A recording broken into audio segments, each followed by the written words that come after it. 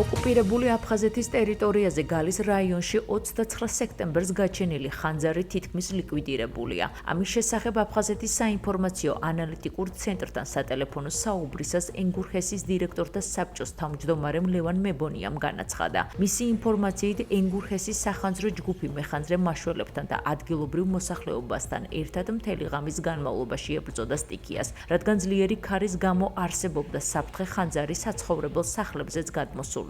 ლევან მებონიას თქმით, ერთობლივი სამუშაოების შედეგად დილის 6 საათისთვის სოფელ მახუნჯიის ხანძრის ძირითადი კერები ლოკალიზებული იყო, თუმცა რამდენიმე პატარა კერა ჯერ კიდევ არსებობს. ინფორმაცია ოკუპირებული გალის რაიონში გაჩენილი ხანძრის შესახებ მედიაში 29 სექტემბერს გავრცელდა.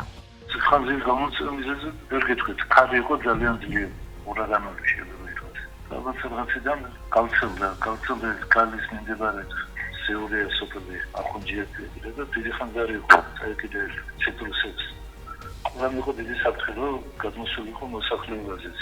თუმცა ადგილობრივი ძალების და ჩვენი დახმარებით, ჩვენი სამაშველო სამსახურის და ტექნიკის დახმარებით მოსახლეობა საფრთხეებდა ლოკალიზებული იყო ხანძარი, ალაგ-ალაგ კერები, როგორც ქალაქიდან შეერეთ. ესეთი დიდი საფრთხე აღარ არის.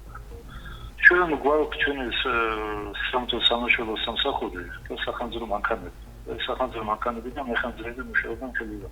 ამჯერად ლოკალიზებულია მოსახლეობას და ქალაქს საფრთხე არ იმუქრება, ალაგ-ალაგ შეიმჩნევა კერები, მაგრამ ქალაქიდან მუშაობენ.